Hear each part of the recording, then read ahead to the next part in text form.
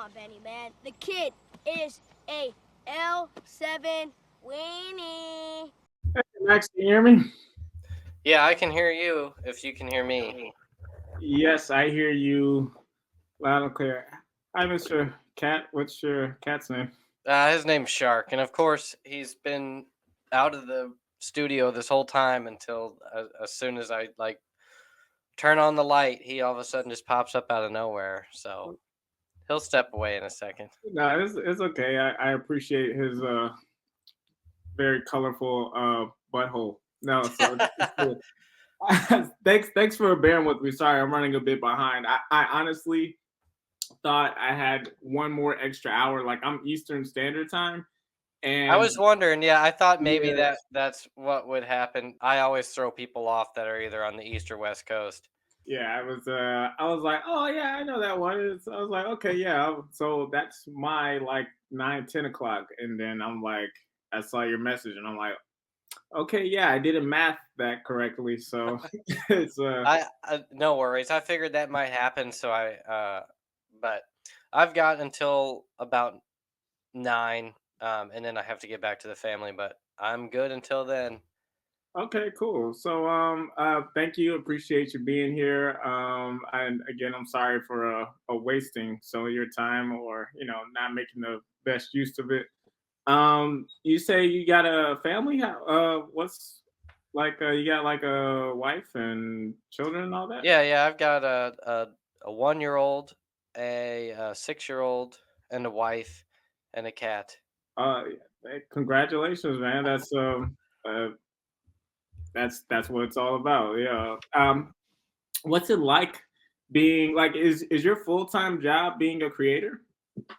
No, my life is insane. I've like it's. I feel bad actually because people will reach out to me and kind of just assume like that I'm like free or something like that. And it's like, no, I have every minute of every day planned for like 3 months out. Um, Right. so as in general, my day job is I manage a hotel in the town that I live in. Okay. It's the biggest and highest performing hotel in the area. I'm on the west side of St. Louis. All right. Um, and that takes up most of my day and week. And then outside of that, I then basically have 3 other jobs. I produce films. I produce feature films, which I Mhm. currently have one that's in post production right now, and then I have 2 others that are sort of done, and I'm just I've done about as much as I can with those films as far as trying to earn more revenue on them. Um, Mhm. but aside from that, I also write comic books. I also edit comic books, and I also do my own YouTube videos and stuff like that. And I interview people, and I write nonfiction books about creating comics and stuff. And I call that business Indie Comic Empire. Mhm. And then I have my actual writing of comics and producing of films that I call Hoven Crow Entertainment. And I have a third job where I manage a web design agency called Notable or Notable Press. Um, and so all 3 of those things outside of my day job can sort of be on autopilot. Like I've designed everything to where other people do most of the work in a sense. So like the film production is really just people send me, the updates, and then I have final control of like the back end of things. So I'm actually the most busy right now. So like throughout the whole year of production, I don't do a whole lot except for make decisions. And Mhm. now it's kind of like I'm, in a part of the actual creative process of editing and sound and all this stuff. So that's taking up a lot of my time right now. And simultaneously, on top of that, I'm now in the promotional phase of my latest comic book that's now about to go live in the summer. It's the trade paperback version of Liquid Kill, Yeah. which Tell was tell me written a years little ago.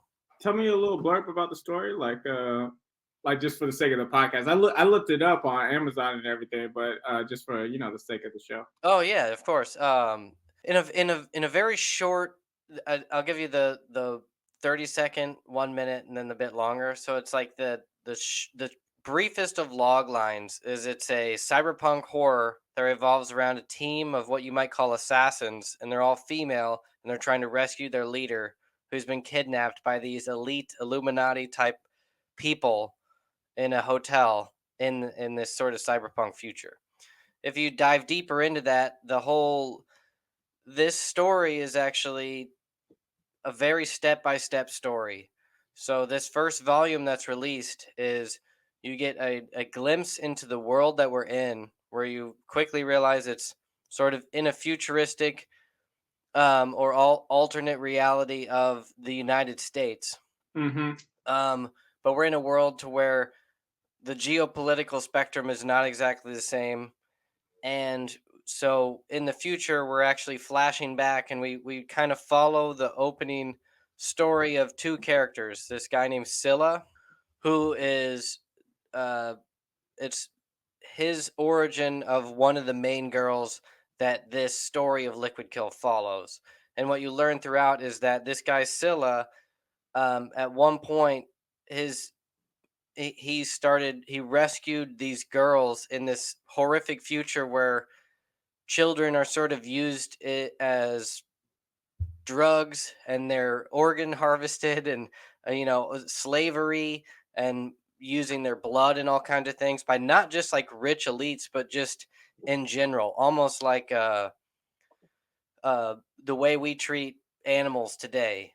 So, um seeing as how this involves a hotel, how much of this would you say is autobiographical? uh that Like I'll 30%, like 45, maybe. as much as I can exaggerate with this whole I'll give you the fun part of this story. So Liquid Kill originated with, I used to work at a hotel on this lake in Yellowstone National Park. It was a very old hotel. It was literally the oldest hotel in the oldest national park in the United States. So it was built in 18 whatever, I can't even remember at this point.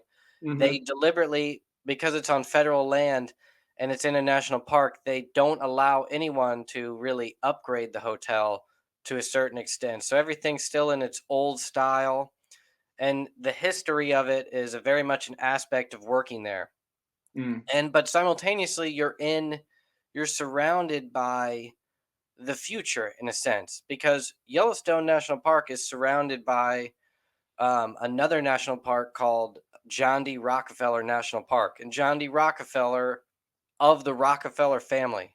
Mm-hmm. Any of those in conspiracy theories is like the Rockefellers are part of one of the ruling class that runs the world and has for a long time, even supposedly has had different last names all the way back to antiquity. But I bring that up because at the same time, the clientele, the people that go to this old hotel, are very rich elites as well.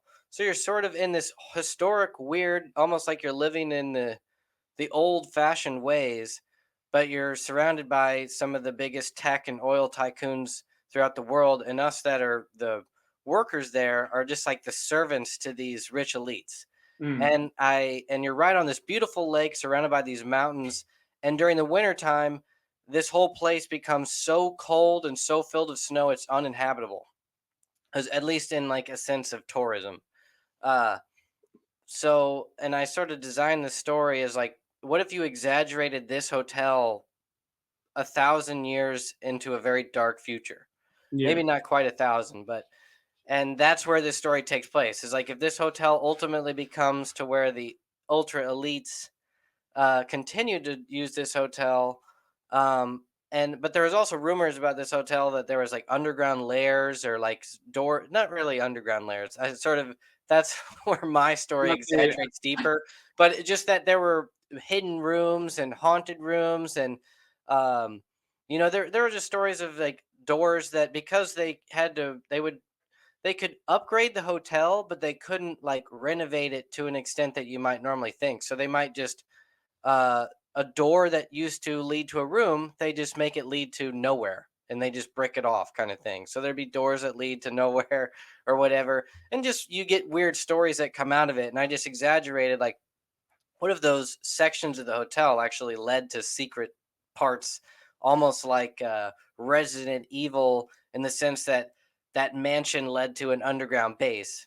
Yeah. And so that's why, like, publishers and other people that read it describe the story as sort of like a Resident Evil meets the Raid. The Did you ever see the Raid Redemption, the Indonesian martial arts film?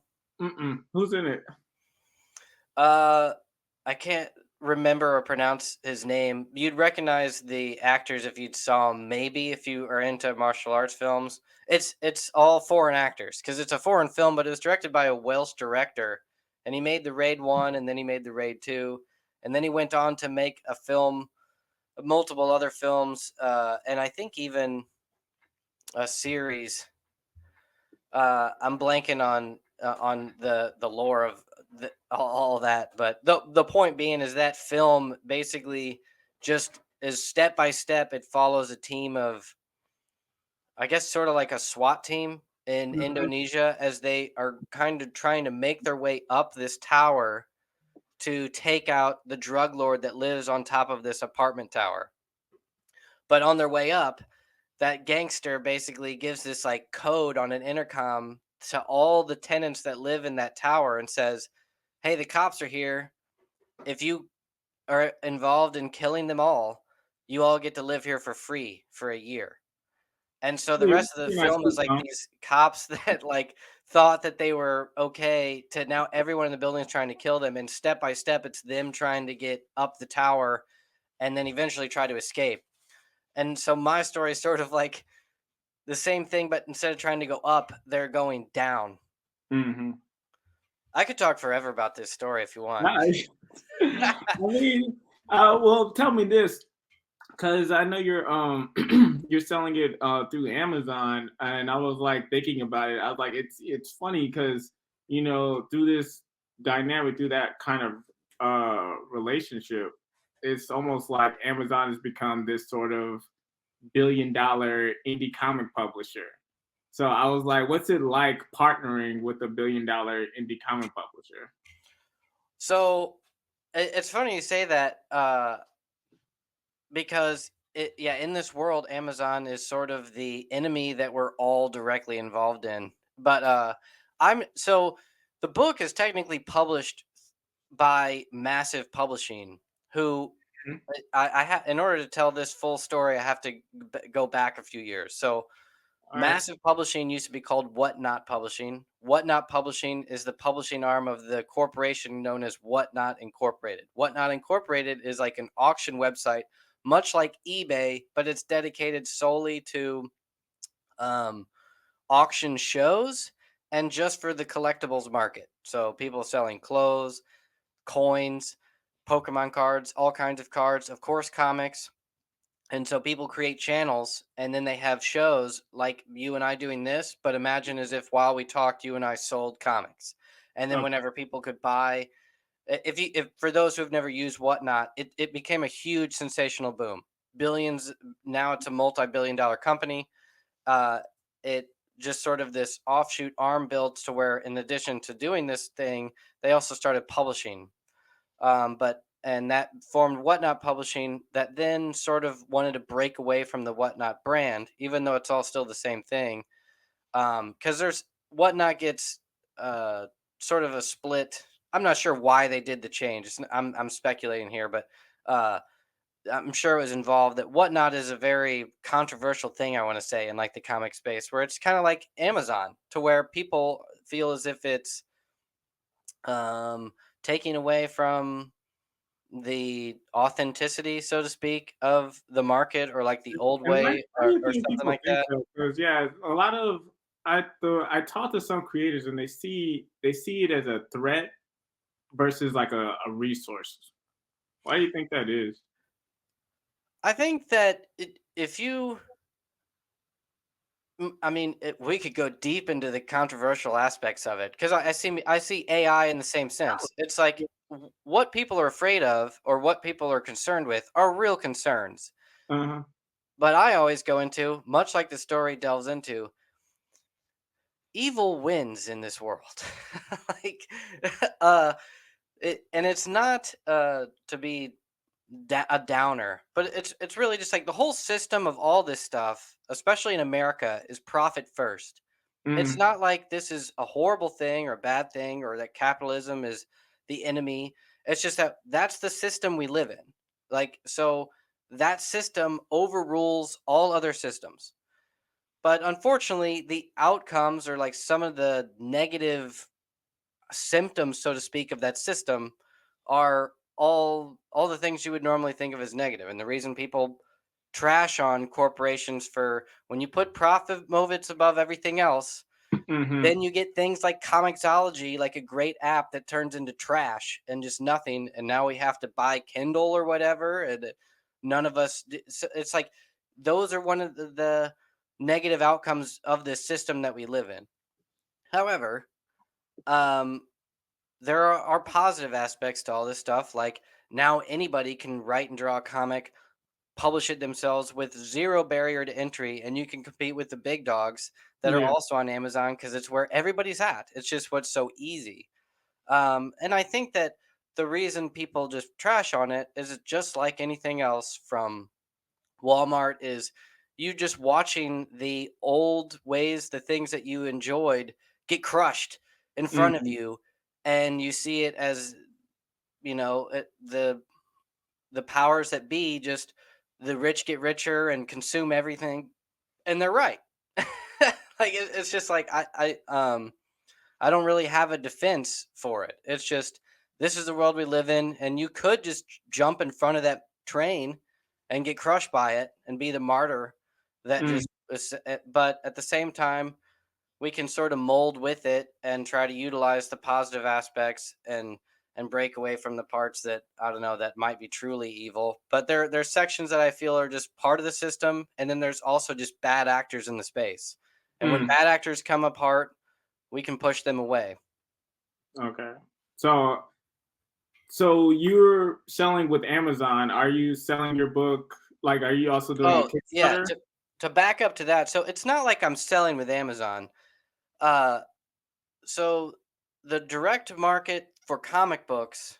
Mm-hmm. So my book, whenever you release comics just in comic shops, you probably know this, but for the general audience, like there's two different worlds that you live in when you actually are releasing something as a book as opposed to a comic. Um, Whenever your trade releases, it goes through the direct market, like the comic shops. So the people that have a comic shop and they go to their local comic shop, they then go to that shop and they pre-order it or just walk into the shop and see it there, or they put it on their pull list or whatever. Mm-hmm. That's through one distributor called Diamond.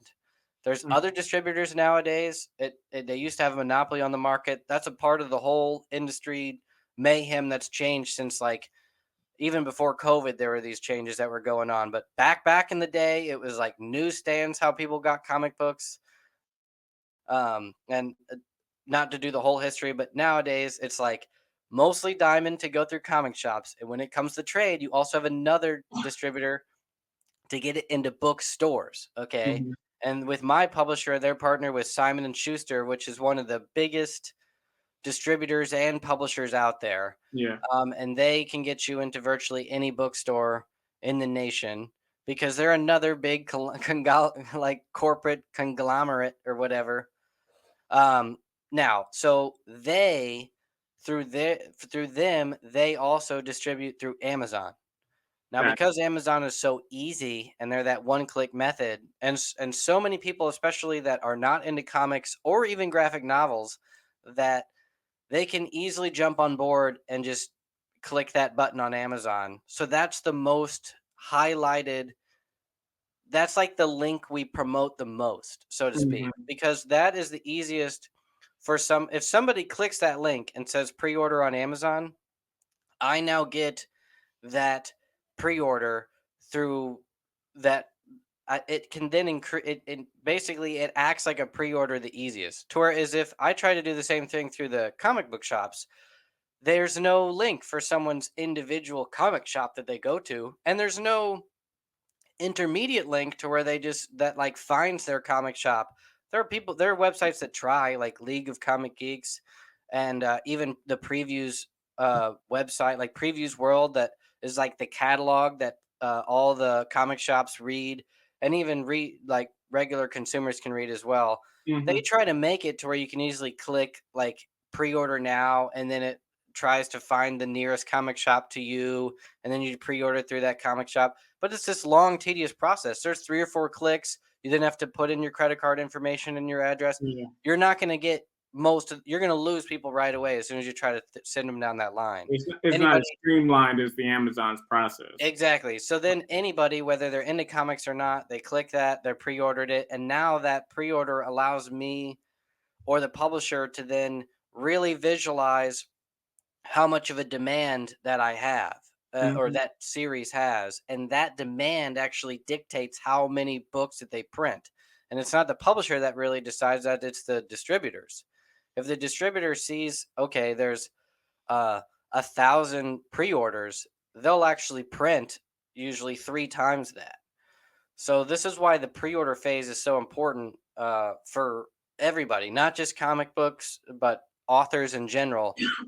The print run is dictated by how many pre-orders you get, Hmm. and you can generally exaggerate or expand out the times 3 of whatever your pre-orders are, of what you can expect your actual print run to be, and then what your sales can be. I can dive more into that as well if you want. I mean, it's like if you want to talk about it, it's like go ahead. So it's like I like you know I like diving deep on things on topics just because it gets into the nooks and crannies of the conversation that provides like it's the stuff that I'm not usually exposed to or most people usually aren't exposed to. The fine details of a thing. Everyone knows the surface level stuff. So I don't mind getting into the weeds of it. If you Yeah. want take us out there on that safari hike. It's all good. But I yeah, Yeah, I'm I the mean, same way. yeah, I would say though, so out of like because Amazon's so streamlined, would you say that that's been the best like conduit, I guess, for selling your book so far? Like with This liquid is my first time doing that. So, okay. um, I want to say the previous this is the first time I've had the trade. So the my first book, whenever it went to trade, It Eats What Feeds It. Mm-hmm. It Whenever by the time it became a trade, it still wasn't. I don't think that they had it.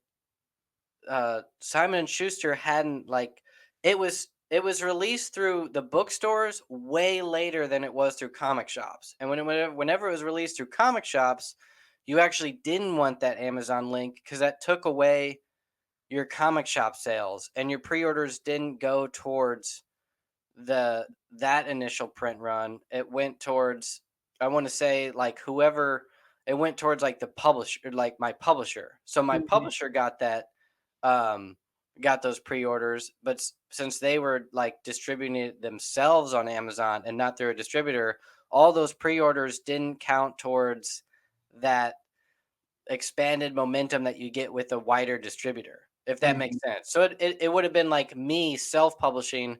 Pre-orders don't mean anything when I'm the self-publisher. I might not, because like um, I don't have all these different spider webs and avenues of where other like if the whole idea is that if there's a demand that's just like one person, the comic shops themselves know, well, if there's at least one person that wants this, there's probably at least two others that would also want it. Yeah. But if I'm the person and I'm only selling it online, it's sort of all up to me as to, okay, I had 1,000 people that said they wanted it. Do I think I can sell to 3,000? If I already like did all the work to try to sell to 1,000, do I really think I can go that much further?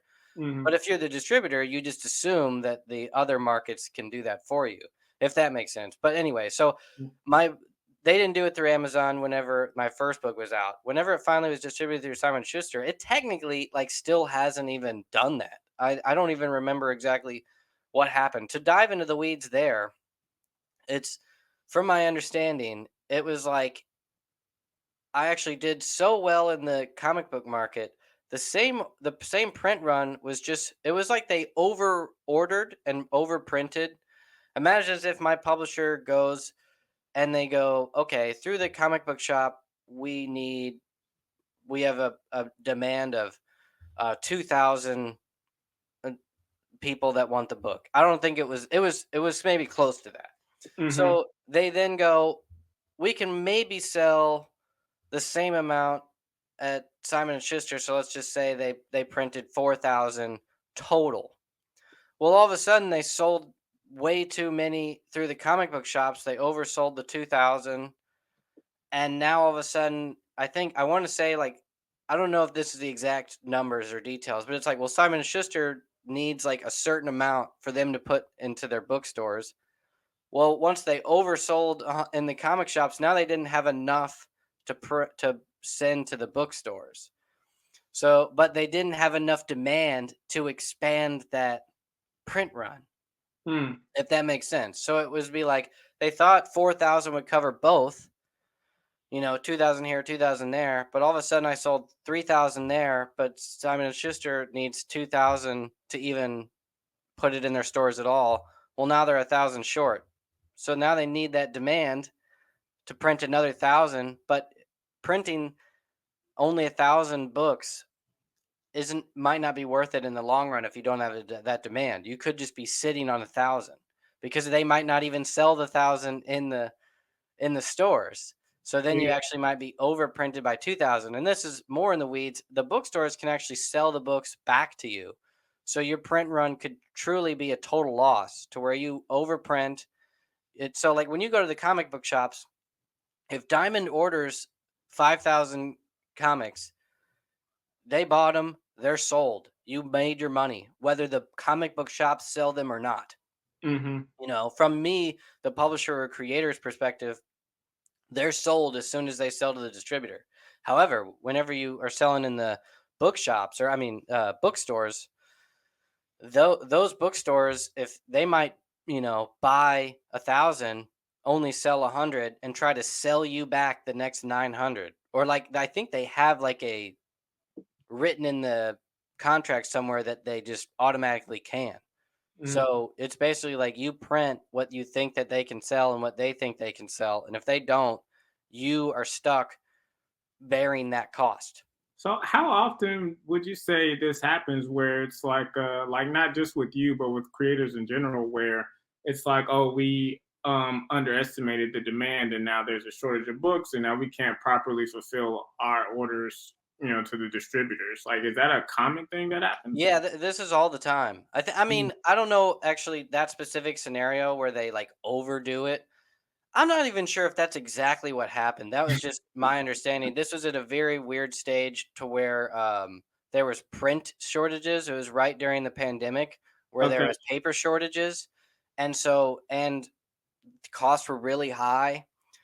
And just in the midst of all that, it was kind of just one of those things where it was like, that the reason it's the whole point I'm getting at though is like this process is always a complaint amongst not just comic creators but everybody, I bet. because you cannot predict at all really what's going to be a hit and what's not.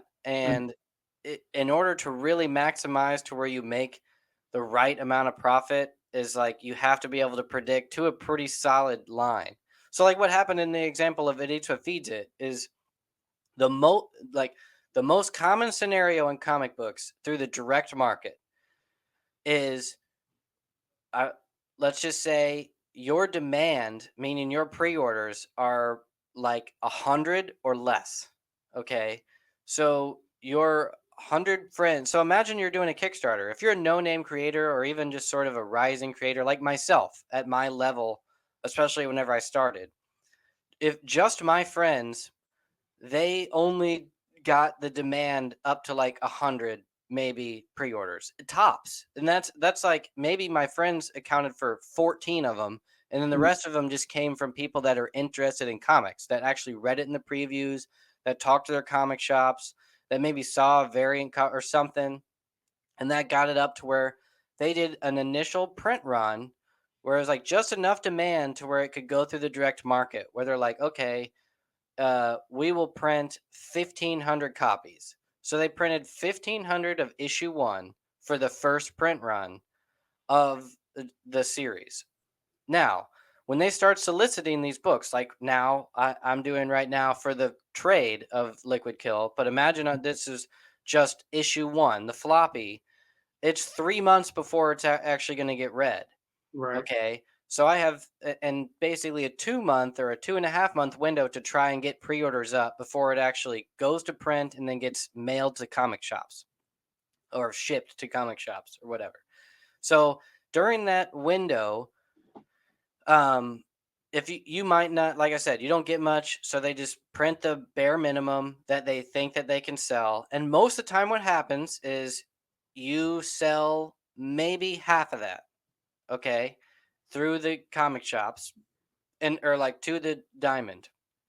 And then the next issue comes out and you're actually trying to solicit, like promote your second issue before the first one has even come out.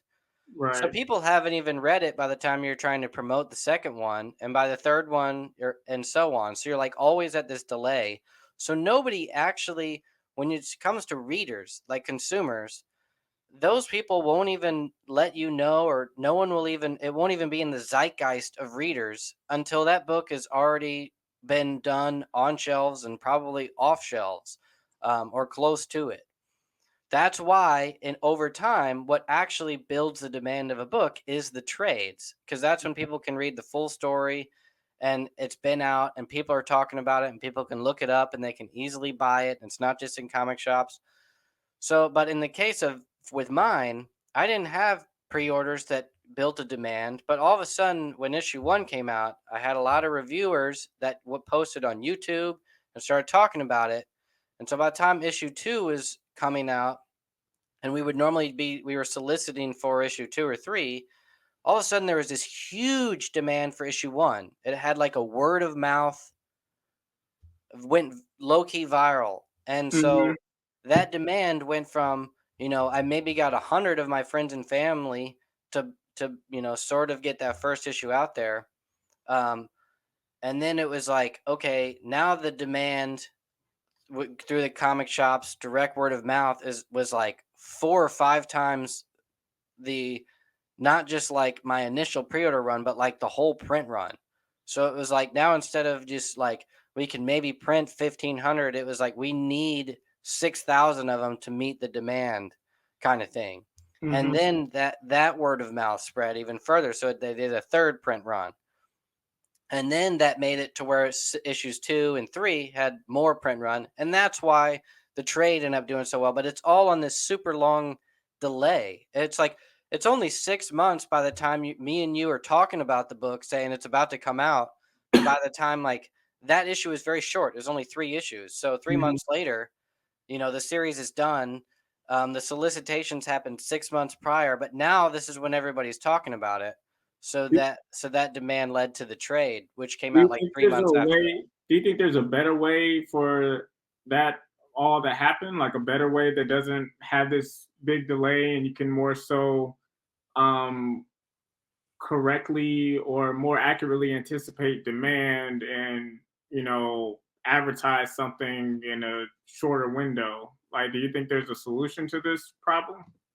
If there was an easy solution, uh, I would try to solve it myself. Unfortunately, no, I don't know.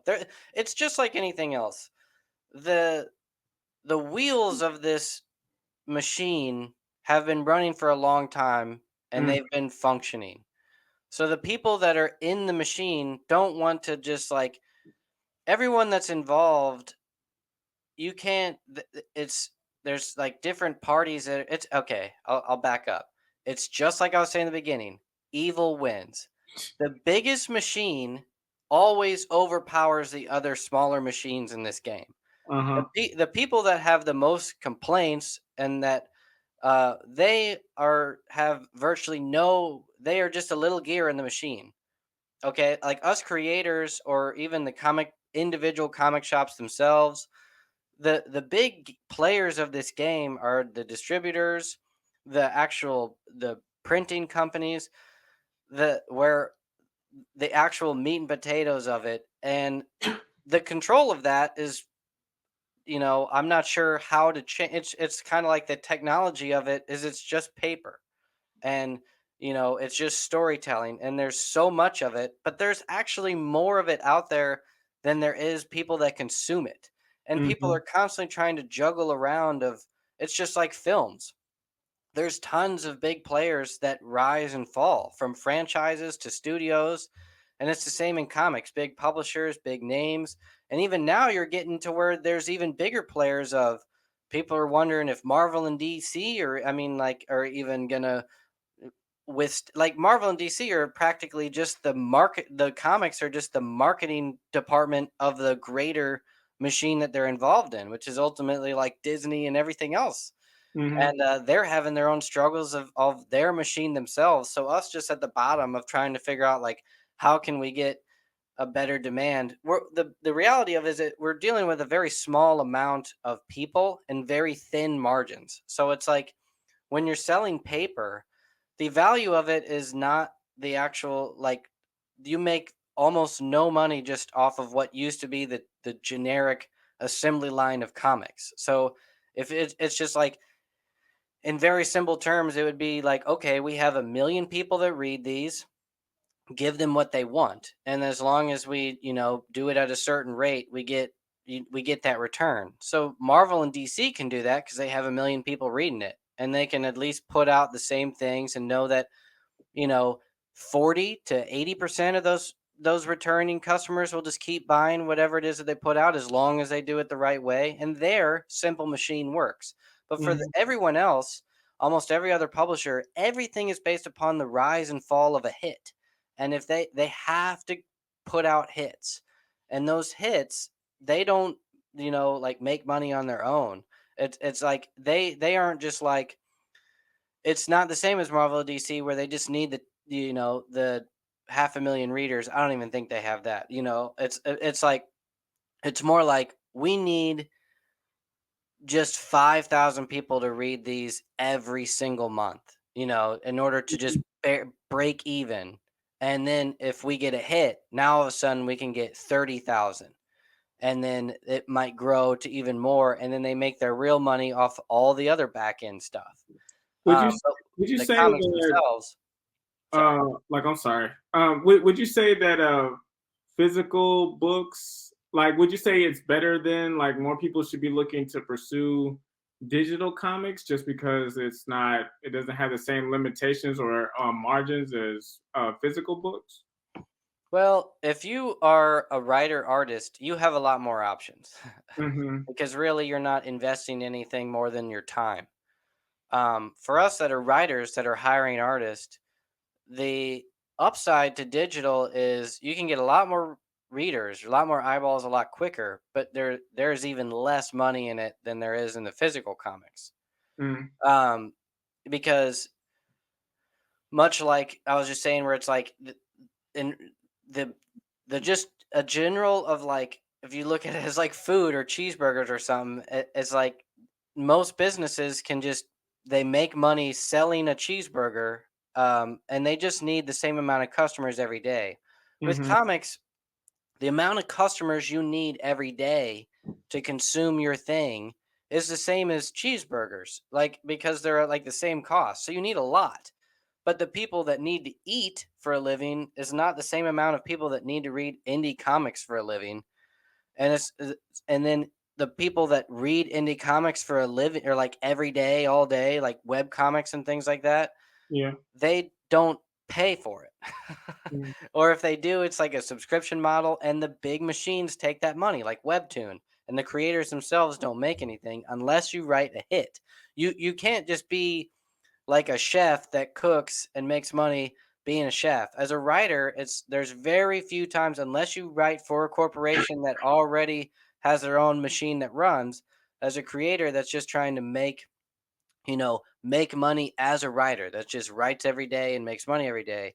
You it's like it doesn't really exist. There's like the audience that is willing to consume just your products, whether it's a digital comic or even a physical comic, is you have to reach celebrity status in this field in order to make a full-time living just as a writer in that machine. So you have to front load all your work to try to get the audience to where that like your audience up to the par to where you can feed them what you write or what you even as an artist for as a full-time living. Mm-hmm. And that's where the big gap is because the amount that you need is really hard to achieve. We think that it's like, even if so, this is where crowdfunding comes into play. And now you're starting to see that that's a bit more achievable if you can put out enough in time, because you don't make the little percentage that you would through the direct market. Mm-hmm. I can dive a bit more into like what you actually make with a web comic, so to speak, is essentially zero to advertising. It's like the same as YouTube. When it comes to comic shops, like if you get your book with Image or something like that, or any of the other mainstream publishers or even small press publishers through the direct market that get into comic shops, Mm-hmm. if you actually can get your initial print run, the initial print run that you need to basically cover just the cost of printing is like 2 to 3 thousand for issue one, about the same for issue two, three, and four. But a lot of times the demand actually is a lot less than that. Your actual demand for indie comics on just any publisher anywhere is usually less than 1,000. The only reason it gets above that is if you are sort of hustling in the world like you and I are, to where you're sort of active in the community. Mm-hmm. Um, and then, but point being is like both of those is like that's just to cover printing. Now, if you're trying to cover actual like how much you might pay an artist, or if you are both and you're just trying to cover the time you spent for the past year on a so-called comic book, or comic series, or like a full trade or multiple trades, is you basically have to reach 2 to 3 times that. And then because less people usually read it lower down the line, uh, uh, you actually have to really push to where you finally reach like breakout to where your audience no longer dwindles and it's actually true readers and fans. And that is like the the mecca we all strive for. That's like being the comedian that finally just has like a full special. That's like because all your jokes worked, and everywhere you go you get enough demand to where everybody laughs, and now they want like, as a comic creator, it's like you've created a series that people don't just like, they read and they want more, enough to demand that like everyone involved in the creative process like will pay for their work. And but the other aspect I want to get to that is, you're like, well, isn't every comic like that? Like, isn't, if you're making money off of, well, that's not necessarily the case. Like in my case, for example, I wrote a book a lot of people liked, but I could not justify the demand to keep it going. By the time I could continue writing the series and turn it into a longer series, it would be another 6 to 9 months before that book was completed, like the second graphic novel, and another 6 to 9 months, before anybody else would be able to read it. And you could lose the demand in that gap. And not to mention, I now have to write all that stuff or like go through all those motions. And I had actually started other series and things like that. But the other half of that is a lot of the people that read my book, or the demand that actually bought the book, are not people that read because they enjoy reading. They are collectors who collect comics like trading cards, who collect comics as a hobby, and Mm-hmm. they're not always readers. Most hobbyists and collectors are readers, but they collect so much that they don't read everything. And even the stuff that they might read and like, that's not the thing that gets them like the equivalent to like a subscriber, to where they read everything that you do. Yeah. Just like anybody, they have a pull box. You can't pull every comic in the store. You only create a select few, but you still might read more than that's in your pull box. Point being is, most of the actual sales initially are not necessarily readers, they are collectors. And then once you break out of collectors and your reader base actually grows, now you have to satisfy their demand. And then if you can actually physically or monetarily supply that demand, now you have to keep it, and then you can lose them real fast, and So, that's kind of where I'm at with Liquid Kill. Is mm, it's like I've got the push, um, and if I can get past the second wave, I can maybe then just keep the machine running. mhm. I was saying, so with all that you've experienced and all the knowledge that you know, I'm like, for someone who was like just starting today, like someone really just getting started as, and let's say they're a writer slash artist, right? What would you say would be the best way for them to go about trying to get their comics sold? So the simple version of that is start by creating one product, Mm-hmm. and that would be just one story, or one issue, so to speak, and see what you can do with that. You can start off with putting it on as a webtoon, and also you'd want to think long term. The way I sort of teach it, and to I'll plug my own book here. Go This for it. book is also on Amazon, Indie Comic Empire, making and marketing indie comics. I kind of go through the step by step of how I suggest going about doing it, which is whether you're a writer, artist, both. It's like start with one thing, have a long term plan, Mm-hmm. but get that first thing out there. The first thing should just be like a short that can then get the momentum for you get enough eyeballs to maybe get a bigger artist to work on your second thing. Your second thing should be another short, like a one shot comic book. Now, that one shot comic book could go online, um, or you can maybe make it, a one shot that you put on Webtoon or put on Tapas, put on your own website, put on anything, and that you try to use that to build an audience. And the web comics are one of the easiest ways to actually build an audience because more people see it, and algorithmically they pop up and people are more interested in new stuff, and you'll Mm-hmm. get more consumers, and you can get enough of that to sort of build momentum to maybe either branch that out into a second, like another one shot, or branch it out into a full sort of longer thing. But once you have like that one product that you then have online, you can either take that story and try to make it grow into something longer, or then use that to get, a bigger artist, or at least momentum and credibility in the space. Cause now you're in the space. You had a short, you have a web comic. You can maybe turn that into a physical one shot comic that you then try to crowdfund or something like that. And Mm-hmm. the big key is you have to make everything you do as good as possible. You have to pretend that you are Quentin Tarantino and this is Reservoir Dogs. And he made some other movies before that, but he didn't hype those as like the thing. It's like Mm-hmm. you want to get your feet wet, and that's how you use the web comics and and short comics, and you might post things on your own. Um, but when you finally have a product that's like you look at that and it looks and feels like stuff that you read on the shelves at your actual comic shop that's published by Dark Horse and all those, and you feel it's visibly comparable, Mm-hmm. then you try to hype that up and use that for credibility to try to either get with a publisher or continue to grow your fan base and then sell it as a physical medium. But think about always the long term, better and longer. So it's like, short web comic, expand the web comic, try to start a new series, start that as a very limited series, 4 issues that can then turn into a trade. So now you have 4 products that are basically short stories that expand into a fuller arc that's like maybe 4 or 5 issues that you can then sell as a graphic novel. And if that takes off, you can then expand that into either an ongoing series or another graphic novel that further chapters it, or a prequel or whatever.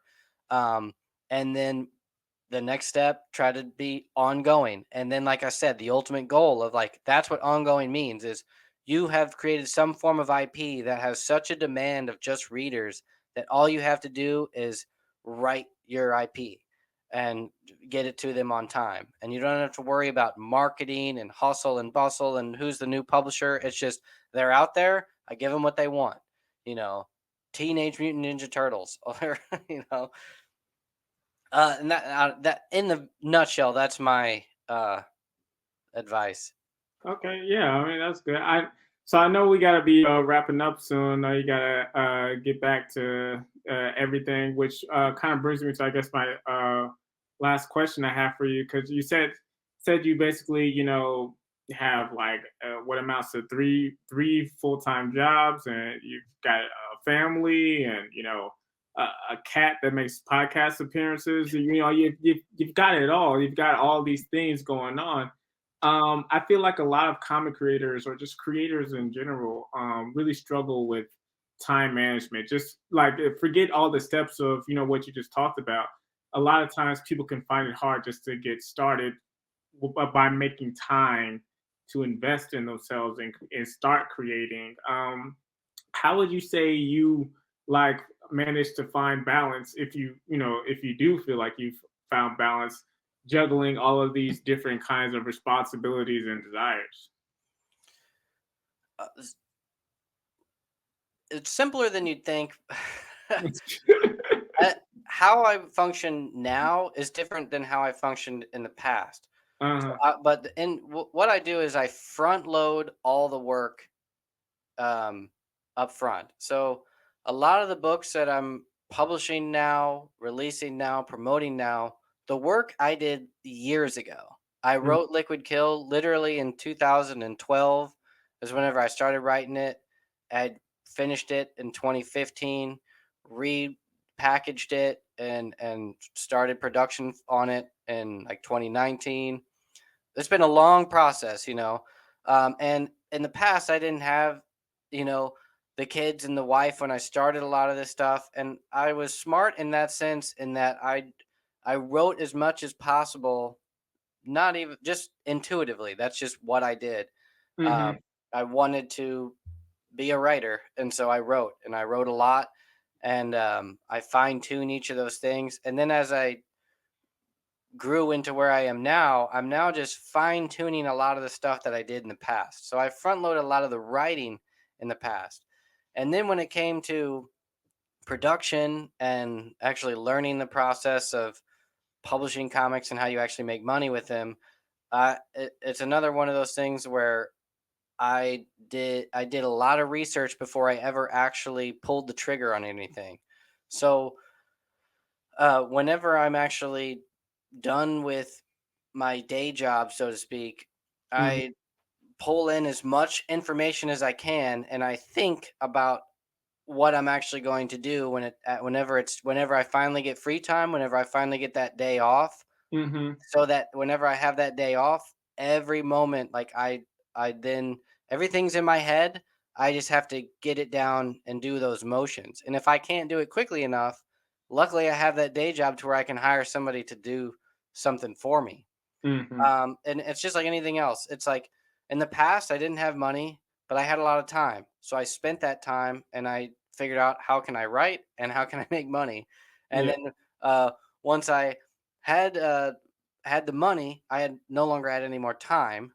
Um, but I luckily had learned the skills that I had whenever I had the time in order to save time.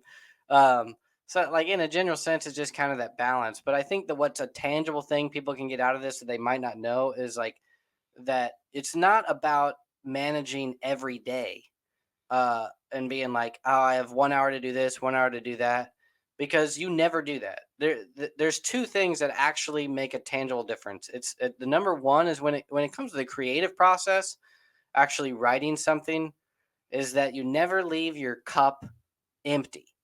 So before you finish your day, if you're writing at night, like a lot of us that have day jobs, or even before I had my day job, I was going to school all the time and also Mhm. writing. Um, After all that, you start writing, but don't write until you have nothing left you don't know. Like I was saying, throughout the day, I'm thinking, and by the time I'm actually writing, I'm just trying to get out what's in my head. Never empty everything that's in your head, so that the next day you always still have what's left of like in your head, like, oh, I need to get that out of there. Because in the process of just sitting down and getting what's out of your head onto the page, it actually like builds the juices momentum to where you never really have writer's block.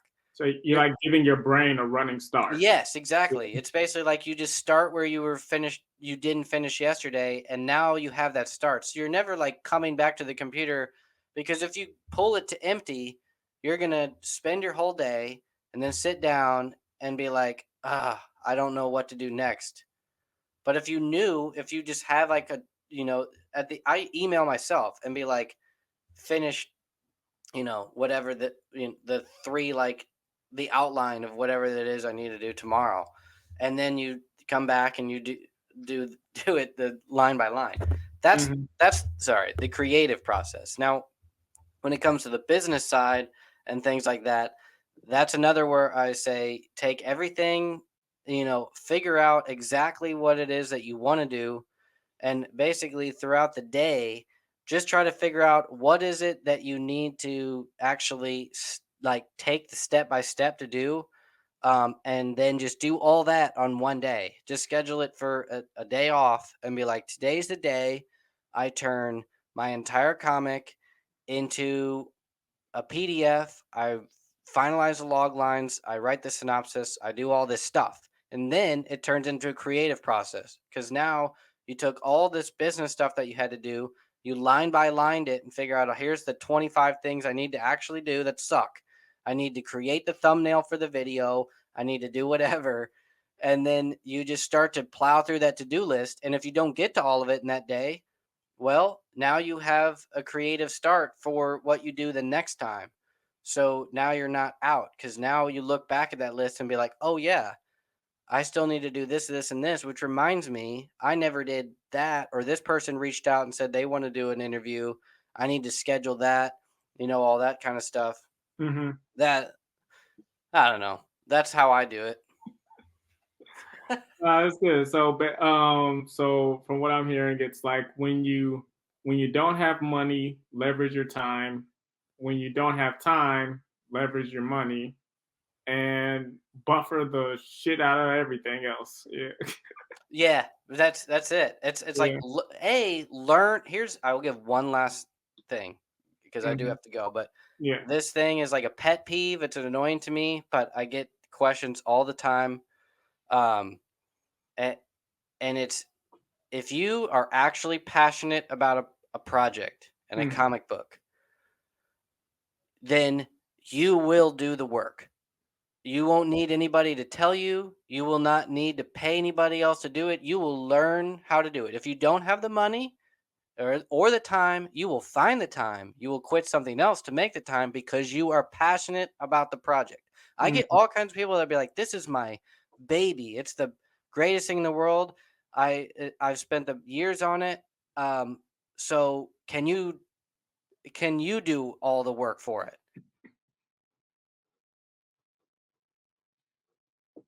Oh, dang. And he got cut off right there. Well, let's see. Hopefully he comes back and we can, finish that. It was going somewhere. I could feel it. It was reaching the climax. Let's see if he just comes back. It says device not connected. There he goes. Dang it. Am I back? Yeah, you're back. Okay. I was like, oh man, he was getting there too. He was building it up. Yeah. Like, why can't you do it for me? I saw you. I was like, oh, he's about to hit. Go ahead. That's what I get people that their pitch to me is that this project is their baby. That's the greatest thing ever. And that's why they need me to do all the work for them, and I'm just like, that is not true. Like, I didn't ask anybody to do any of the work for me. I might have, it's like you reach out to somebody for a very specific question. I say this in my YouTube videos. It's just like lawyers. You don't just go to a lawyer and say, I have problems in my life. You either pay them for a fee to just talk to them, or you pay them to answer or solve a very specific problem. I need a restraining order against my neighbor or whatever it is. You don't, it's the same with your project. Like you come to a person and you tell them, this is what I have. This is how I think it could benefit you or how I think it could help. I can't remember exactly how I got on this tangent, but it summed up to where it's just like, it's one of those things to where when it comes to like time management or like learning things, like you will learn everything you need to do just because of the passion you have for the project. You'll learn all the things I'm telling you today. You'll learn all the things you'll need to know in the future because all this stuff changes.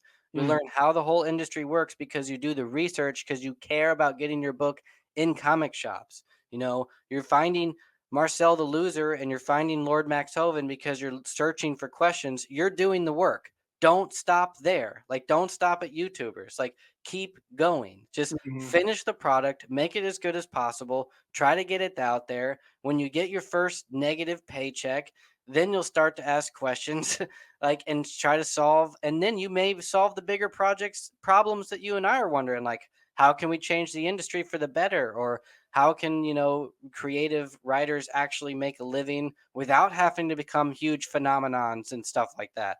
This is what we're all out here trying to learn how to do, but you have to be in the game. You can't just like put your thing out there and be like, I have this great idea, run with it, or like, can you find me an artist to do this? It's like, find your own artist. If you have the vision, you know what artists you're looking for. That's the craziest thing to me, that people struggle so hard with artists. It's like, who did the book that you like? Like find like you find the artist based upon your vision, not based upon the archive of where artists are.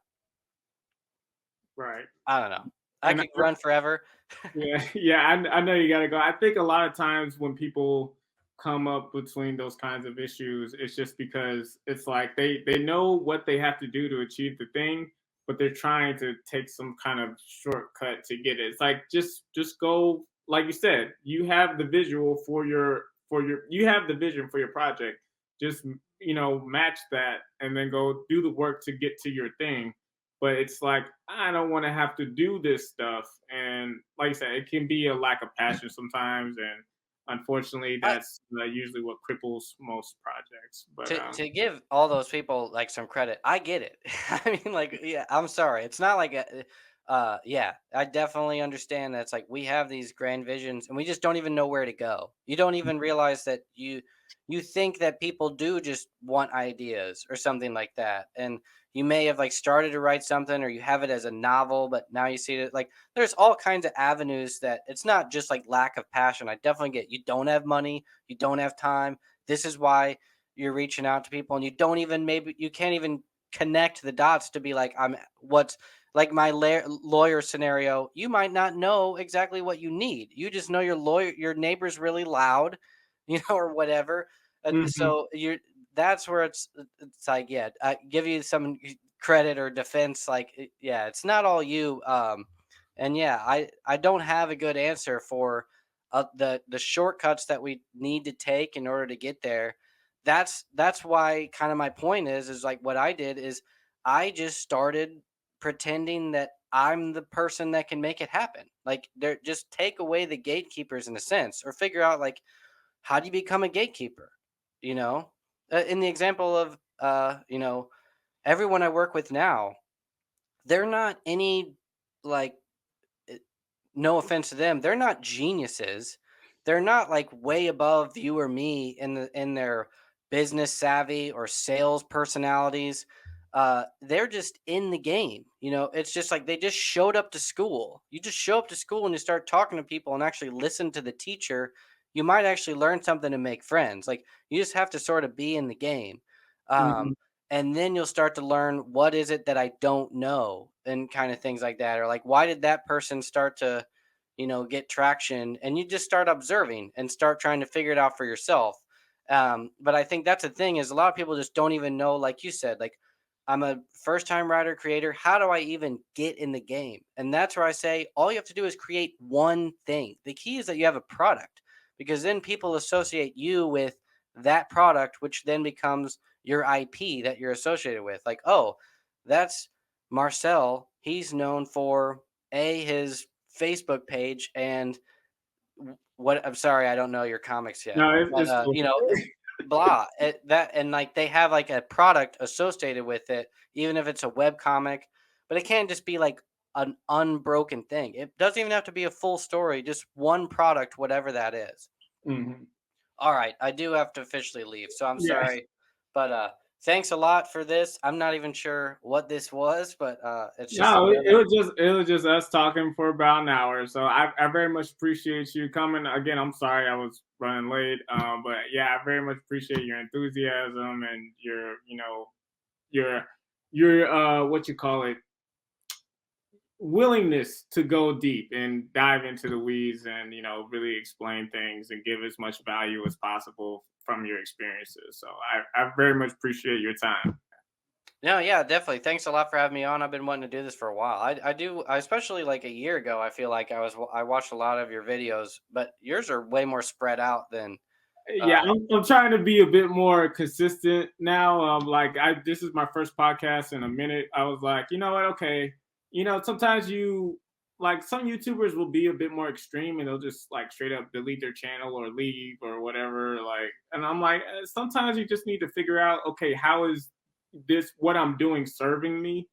You know, I don't want to just be making videos. I want to Yeah. make sure that, you know, this is like, okay, this is representing the brand this way, and this is acting as a funnel for, you know, this project, and this, you know, like this is the end game for these videos. They're not just videos.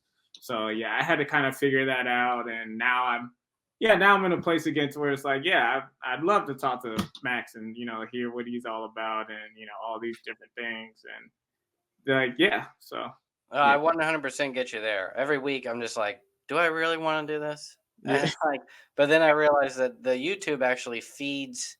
It's sort of the beginning of the funnel to everything else I do, kind of. Mm-hmm. Yeah, you got to know your why. But yeah, man, thank you for being here. I won't hold you up any longer, and I'll see you around. All right, man? Yeah, thanks a lot. Let me know when this goes live and send me the link and stuff. Oh, yeah, of course. All right, take care. All right, thanks. See ya.